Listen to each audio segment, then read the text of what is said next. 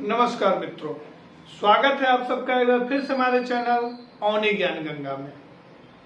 आज हम लोग फिर से मैं उपस्थित हूं आपको नई जानकारी के साथ। और आज हम लोग पढ़ेंगे, पिछली वीडियो में हमने पढ़ा था भारत के भूगोल के संदर्भ में, उसमें हमने पढ़ा था भारत की सामान्य परिचय के बारे में। भारत के सामान्य परिचय को, भारत में क्या क्या प्रमुख है, इसके बारे में पढ़ा था। आज हम लोग पढ़ेंगे भारत के भौतिक स्वरूप के बारे में। तो वीडियो को अंत तक देखिए और इसका लाभ लें जानकारी का। तो आइए शुरू करते हैं। और अब तक अगर आपने हमारे चैनल को सब्सक्राइब नहीं किया है तो सब्सक्राइब जरूर कर लें। आइए चलते हैं। भारत के भौतिक स्वरूप या उच्चावची स्वरूप की अगर हम बात करें, भारत के भौतिक स्वरूप की अगर हम बात करें तो भारत एक ऐसा देश है जिसमें पहाड़ भी पाए जाते हैं, पठार भी पाए जाते हैं, मैदानी क्षेत्र भी पाया जाता है और भारत समुद्र से भी तक सटा हुआ है। तो इस आधार पर अगर भारत में की जो विविधता है उसके उच्चावची स्वरूपों और लक्षणों में भी विविधता को दर्शाता है।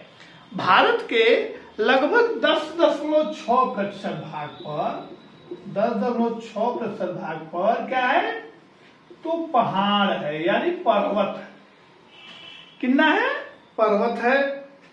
और 18.5% भाग पर लगभग क्या है तो पहाड़ियां हैं। क्या है? पहाड़ियां, यानी उससे थोड़ा सा, ये पहाड़ से इसको पर्वत भी कहते हैं और ये पहाड़ियां हैं। और आपको अगर हम बता दें तो लगभग 27%, 27.7% भाग पर पठार है। क्या है? पठार है। और 43.2% भाग पर, कितना? 43.2 भाग पर मैदानी क्षेत्र का विस्तार है, मैदानी क्षेत्र है।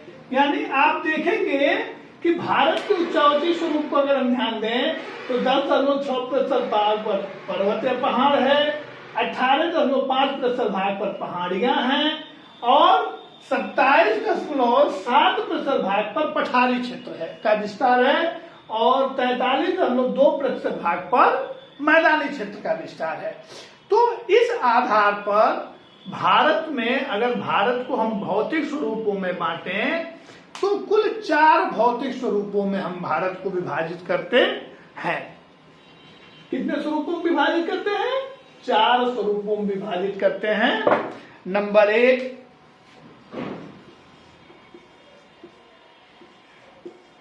उत्तर का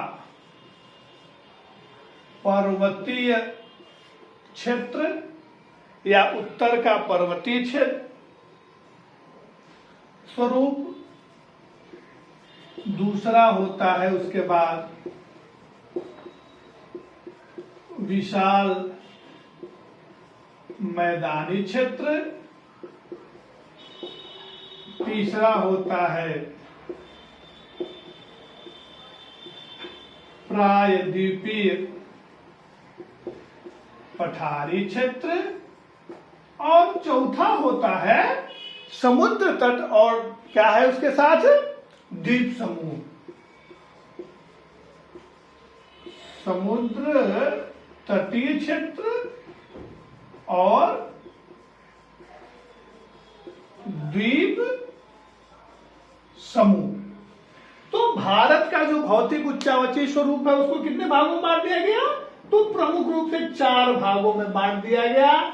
उत्तर का पर्वतीय क्षेत्र, विशाल मैदानी क्षेत्र और प्रायद्वीपीय पठारी क्षेत्र और समुद्र तटीय क्षेत्र और द्वीप समूह।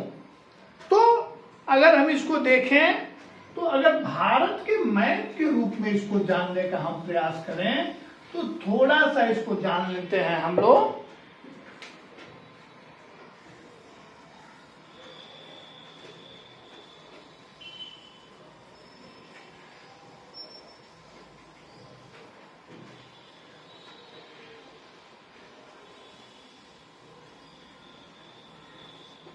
अगर भारत की बात करें हम, ये स्केच मैप है, स्केल मैप तो है नहीं, तो भारत दिखना चाहिए।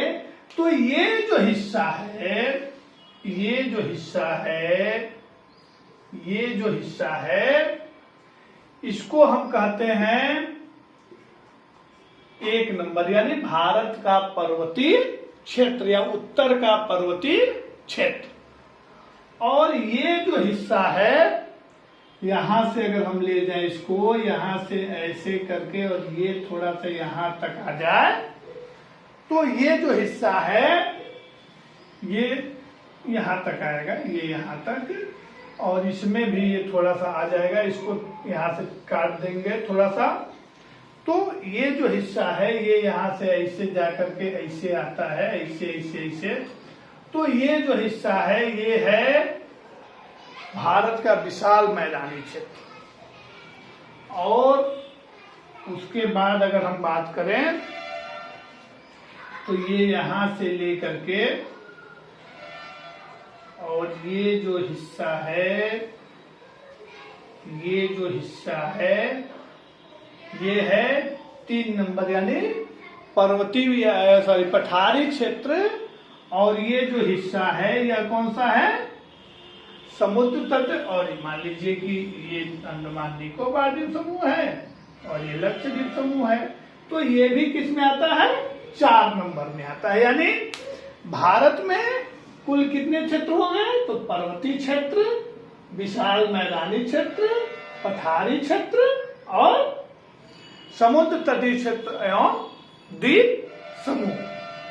तो आप इसमें हम लोग ये जाने कि भारत में कुल कितने भौतिक स्वरूप हैं, तो 4 प्रमुख हैं। वैसे तो बांटा जाता है तो 5 में भी कुछ विद्वान बांटे हैं और कुछ 6 में भी बांटे हैं। जैसे जब 5 करते हैं तो यहां से ठार के मरुस्थल को अलग कर देते हैं, और 6 करते हैं तो द्वीप समूहों को हम लोग अलग कर देते हैं। तो इस आधार पर, लेकिन मुख्यतः भारत के 4 ही उच्चावचीय स्वरूप मिलते हैं। कौन कौन से, तो उत्तर का पर्वतीय क्षेत्र, विशाल मैदानी क्षेत्र, दक्षिण का प्रायद्वीपीय पठार का क्षेत्र और समुद्र तट और द्वीप समूह।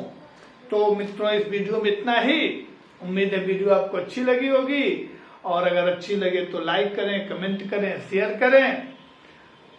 मिलते हैं फिर अगली वीडियो में नई जानकारी के साथ। तब तक के लिए नमस्कार।